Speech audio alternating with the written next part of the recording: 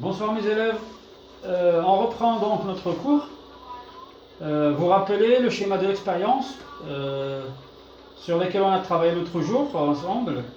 Malheureusement il y avait des absents je pense, mais bon c'est l'occasion maintenant de reprendre ce travail. Vous rappelez, il s'agissait donc d'utiliser deux constructions plasmidiques, l'une appelée PUC19, PUC19, l'autre PHP45CMR, d'accord? Donc dès le départ, je vais vous annoncer un petit peu de quoi il s'agit.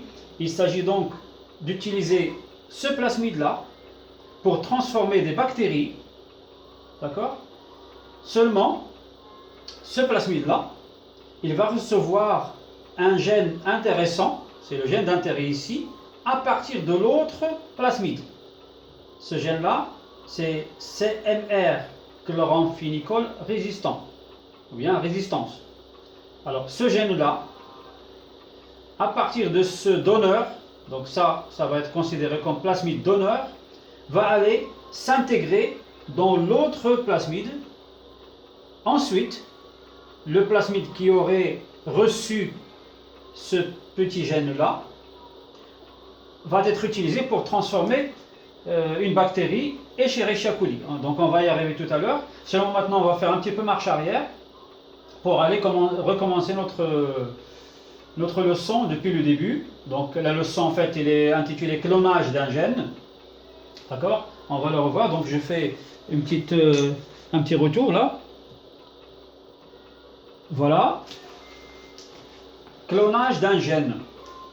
Donc ici on va définir en quelque sorte ce que c'est qu'un clonage. Et en plus on parle d'un clonage moléculaire pour ne pas faire la confusion avec un autre type de clonage. Peut-être vous le connaissez déjà, le clonage humain ou bien le clonage animal, qu'il s'agissait donc de refaire une copie on va dire fidèle d'un être vivant.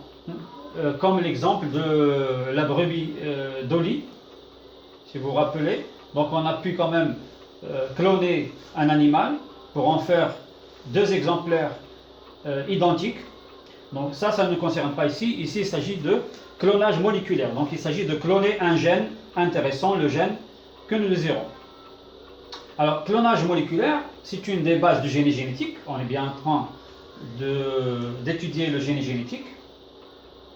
Donc, c'est une des bases de génie génétique. Il consiste en quoi? À insérer un fragment d'ADN, dénommé insert, on l'appelle insert, ou bien gène d'intérêt si vous voulez, dans un vecteur. Donc, le vecteur, ça veut dire c'est l'agent qui va transporter ce gène-là vers une bactérie qui va, bien sûr, le multiplier dans un vecteur approprié, qui convenable, comme un plasmide par exemple. Et justement, dans cette expérience, on a dit on va utiliser le plasmide PUC19, PUC19. On va voir l'expérience tout à l'heure. Le nouveau plasmide ainsi créé, après bien sûr recombinaison, lorsque le gène va être inséré dans le plasmide vecteur, il sera bien sûr ensuite introduit dans une cellule hôte, la cellule qui va le recevoir. D'accord? En général, c'est toujours, ou presque toujours, Escherichia coli. D'accord?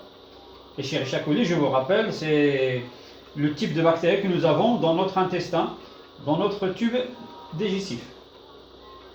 Alors, celle-ci sera alors sélectionnée et multipliée afin d'obtenir une grande quantité de plasmide. Du plasmide d'intérêt. Maintenant, on parle du plasmide d'intérêt, c'est-à-dire celui qui a reçu le gène. D'accord? Cloner un gène consiste donc à l'insérer dans un plasmide. Donc il va falloir d'abord l'insérer dans le plasmide. Comme on vient de voir tout à l'heure dans le schéma, le gène CMR va être inséré dans le vecteur PUC19. Un clone sera le transformant bactérien. Donc le plasmide d'intérêt, c'est-à-dire qui contient maintenant le gène d'intérêt, va être utilisé pour transformer une bactérie. Donc il va devenir un transformant. Alors, On a dit un clone sera le transformant bactérien qui contient ce plasmide particulier.